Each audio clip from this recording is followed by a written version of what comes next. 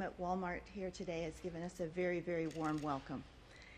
Walmart has played an important role in supporting Ontario's response to COVID-19, whether it's helping to get vaccines into arms or providing essential goods and services. We are truly grateful for their dedication and hard work. With key public health and healthcare indicators continuing to show signs of improvement, last week Ontario began to cautiously and gradually ease public health measures. Hospitalizations due to COVID-19 continue to decline, and we are currently tracking towards the best case projections thanks to the sacrifices of Ontarians and unwavering efforts of our healthcare workers.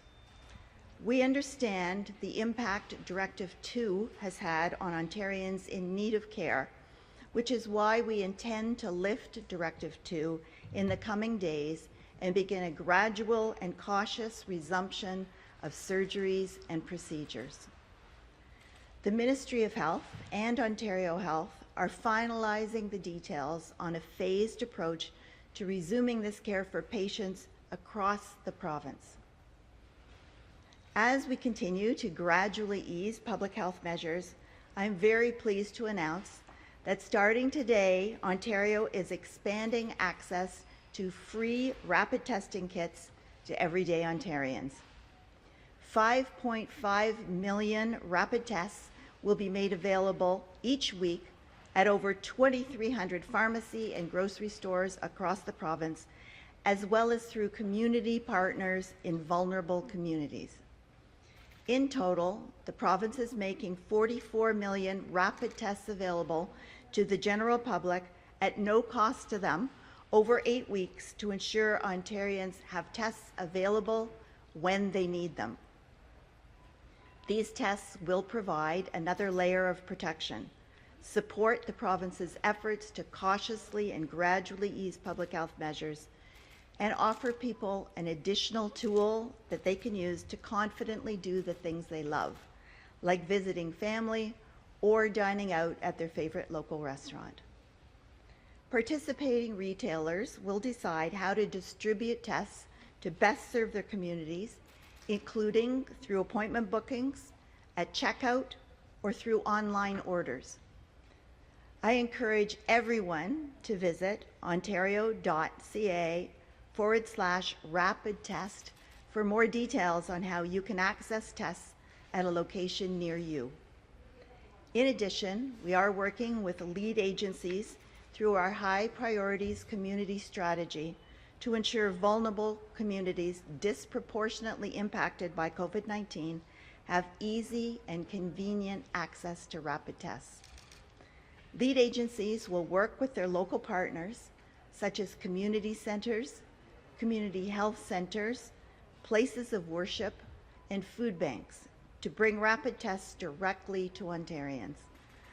Expanding public access to free at-home rapid tests is in addition to the millions of rapid tests deployed each week to support priority settings, including hospitals, long-term care homes, schools, and other places of congregate living.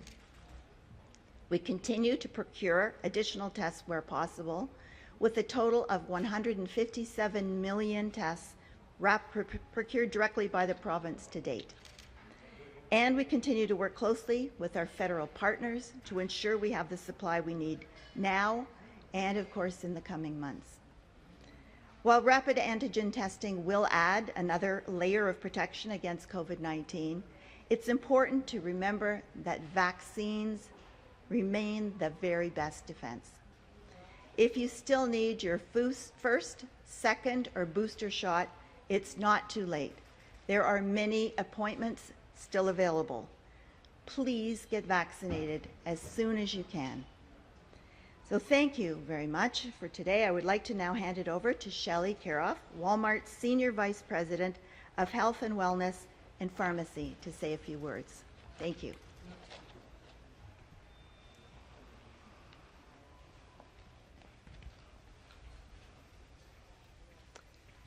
Thank you, Minister Elliott, and everyone here today. So welcome to Walmart.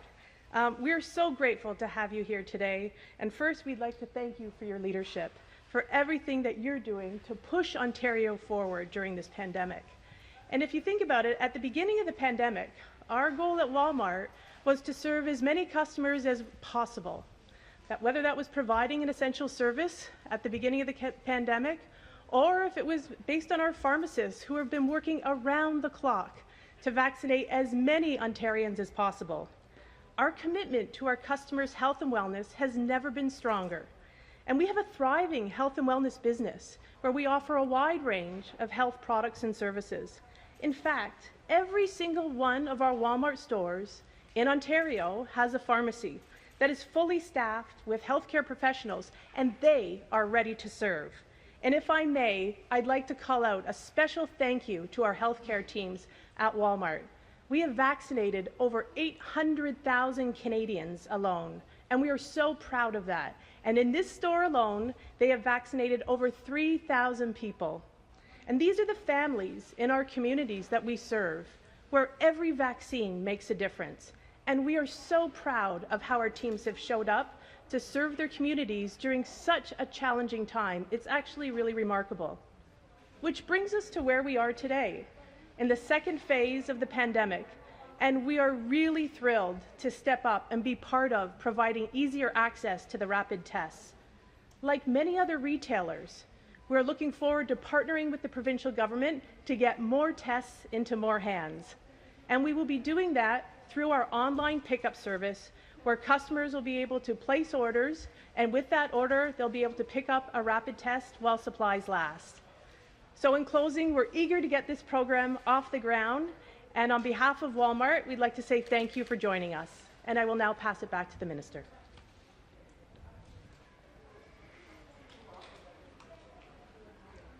We'll now go to the floor for questions.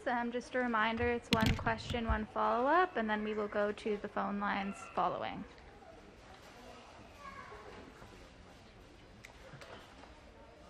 Hi, my name is Stephanie. I'm with CTV Kitchener. My question for you is, now that case counts are coming down, will the general population be able to access PCR COVID tests? Well, the PCR COVID tests are currently being used in very vulnerable locations like long-term care homes, hospitals, some retirement homes, homes of congregate living, and so on. As we receive more tests, we may re-examine that, but we believe that these rapid tests are going to be very helpful to the general public, as well as to many businesses that need to have people tested before they come into work. Right. Now, will these rapid tests, now that they're being deployed, is this a sign that Ontario is looking to ease restrictions, similar to what's being done in Quebec, Alberta, and Saskatchewan? Well, we have said from the beginning that we want to ease restrictions as soon as it's safe to do so, but we're doing it in a very cautious and prudent way. And we are seeing the case counts come down in the hospitals, thank goodness, I think, for all of us. It's 2,059 people in hospital today, whereas last week it was over 2,900. So we are trending in the right direction. We, of course, are working to ensure that this trend continues, but we want to remove the restrictions as soon as we can, based on the recommendations of the Chief Medical Officer of Health and the scientists that understand these trends very well. Thank you. Good morning, Jamie. Deputy Premier. Good morning. We're seeing demonstrations at the border crossings. How concerned are you about these demonstrations, and how will your government predict it, or how has your government reacted to the border crossing shutting down the supply line? Well, we are concerned about the demonstrations, of course. We really recommend that everyone get a vaccination. That's our best way out of this pandemic to move into an endemic. We're not there yet, but we want everyone who can to receive the vaccination. We understand people have a right to protest, but as long as it's not breaking any laws or causing damage, it's not spreading language that's not appropriate. So we are watching very carefully. We've seen what's happened in Ottawa. We witnessed what was happening in Toronto last weekend. And again, as long as it's peaceful protest, that's fine, but it can't be destructive, and it also can't block hospitals, either for healthcare staff to access hospitals or for people to receive treatment. Thank you, Deputy Premier. The next one's to the Senior Vice President of Walmart. If I can ask her a question, if that's possible. Certainly. How concerned is Walmart over the border closures and the demonstrations? How long will it take before it affects what's on the shelves? I think in terms of the border closures, I think, like myself, we watch it every night, and it's certainly a concern for all Canadians. And we'll leave it to the federal government to address and see if we can move things forward. I think what I would say on behalf of Walmart, we're happy to be here today to support the minister and support the province around moving the province forward in this pandemic. We'll now go to the phone lines for questions. Over to the first question, please. Your first question comes from Holly Mackenzie-Suter with the Canadian Press. Please go ahead. Hi, Holly. Hi, Minister. I wanted to follow up about the question about other provinces dropping restrictions. Like Alberta and Saskatchewan specifically are looking to drop vaccine passports and masks pretty quickly. So I'm just wondering if Ontario is looking to do the same, like planning to adjust its plans at all based on changing indicators, or if you just have any more information about how the reopening timeline might change, specifically around those vaccination and mask measures. Well, we've already set out our opening timelines. We started on January 31st. The next phase is as of February 21st and then March 14th. We have no plans currently to drop the passport vaccination situation or masking. We believe that masking is going to be important for some time to come. And of course, we take our advice from Dr. Moore, the Chief Medical Officer of Health, and the people at the Science Advisory Table and other medical experts. And so we always said that we were going to take a very cautious, phased, prudent approach to opening up, and that's the path that we're going to follow. Follow up. Hi, yeah, I'm wondering as well about the rapid test results, because we know Quebec is trying to track those in a centralized way. And I'm wondering if Ontario is going to try and do a similar thing now that you're making the tests more available to the public. And if you're not planning to try and track the results, can you explain why? Well, they're not going to be entered into the COVAX system, but what we're taking a look at is more of the extent of COVID circulating in the community, and that comes to us from a variety of ways. One is the number of people who are hospitalized. That doesn't tell the entire picture, of course, because we don't have all of the results of the rapid test, but it is quite a good indicator of what's happening in the community. We also have wastewater surveillance that gives us some indication of what's happening, and the number of people in ICUs. There's a number of different other indicators that we're looking at that tells us when it's safe for us to ease further public health restrictions. Next question.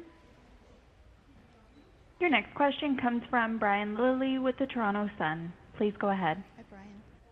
Good morning, Minister. I know that you said you have laid out your plan, but your plan going up to March 14th makes no mention of when we might see removal of vaccine passports or masks being required. So you have looked at the information, you're briefed daily. While Dr. Moore and others advise the government, it is you and the other members of cabinet that make the decision. Given the information that you've seen, do you believe Ontario will be moving forward prior to March 14th on reducing the need or eliminating the need for vaccine passports or mask mandates?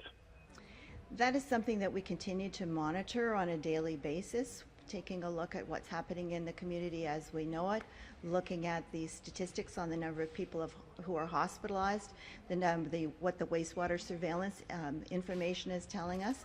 And so we are willing to change if necessary, based on the evidence and based on what we see and the recommendations that we see and hear from Dr. Moore and his colleagues. So it's a combination of many factors that we as a government take into consideration in making any changes to the plan that we've already set out.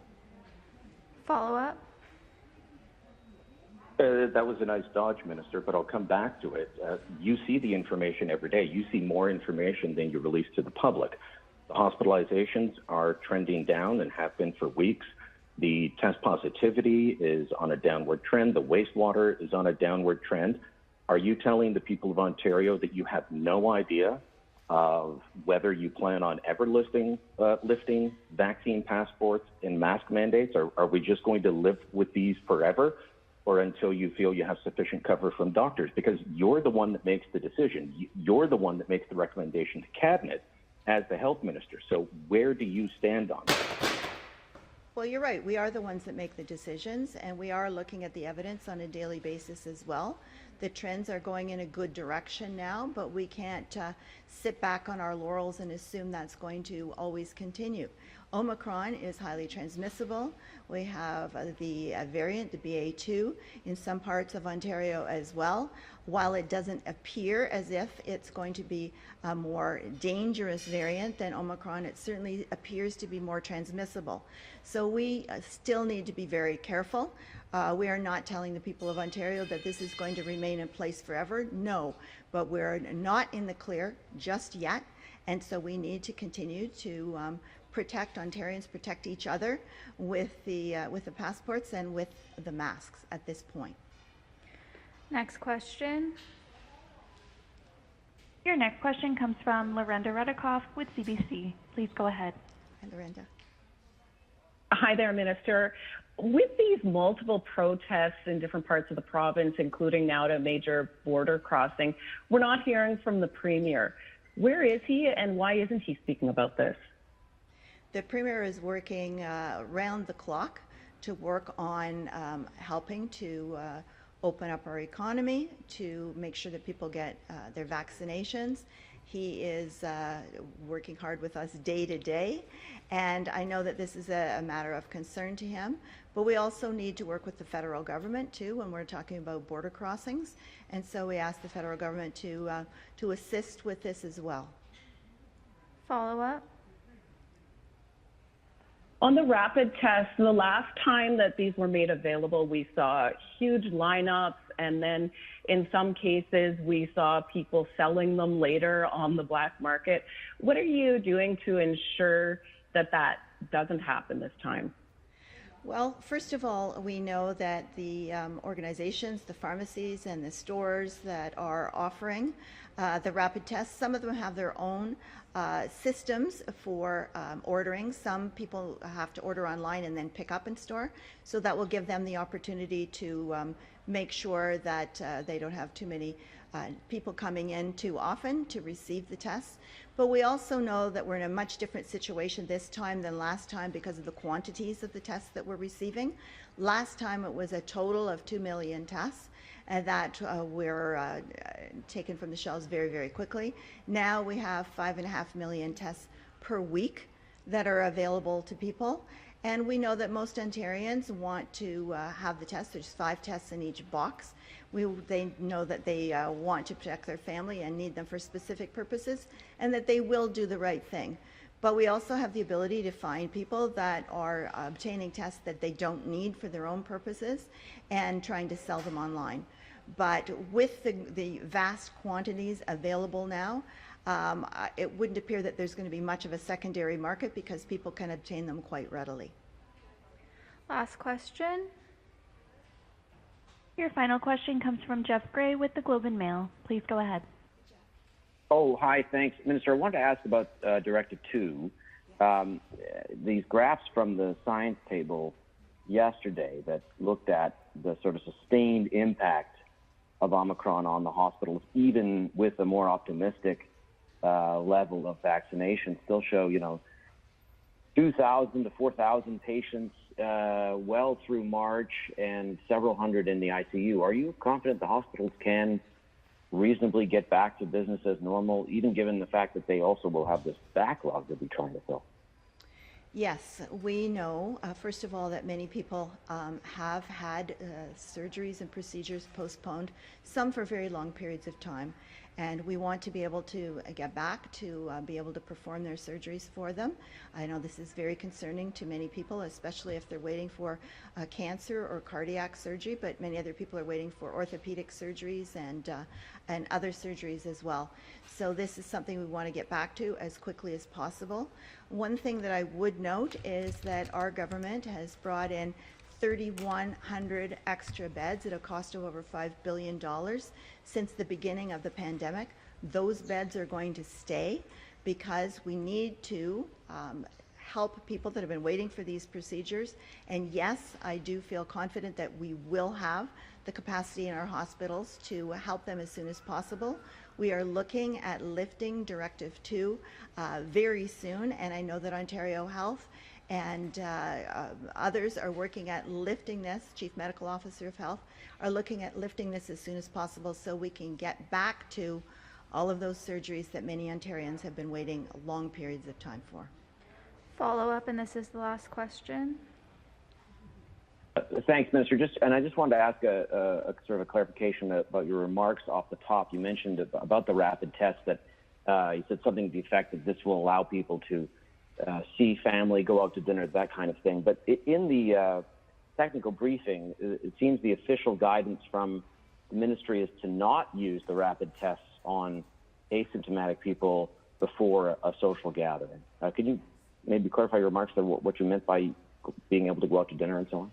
Sure. Well, there may be situations where people want to see a senior family member who may be very vulnerable, may be immunocompromised, may have other concerns. And so it would be safe for the family to be tested in those situations, but not just to go out and get a test because you want to go to a party. That's not what this is intended for. This is intended to be used to protect vulnerable people in our community. Thanks, everyone. Thank you.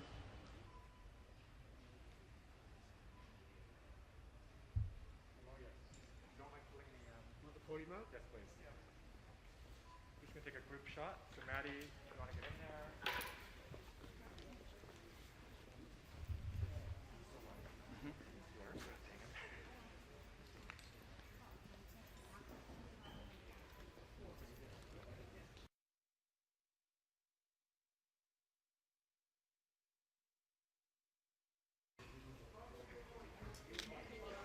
Friends, going to quickly get in. Hold on. Oh shit, I'm sorry, Jim. I thought you were done.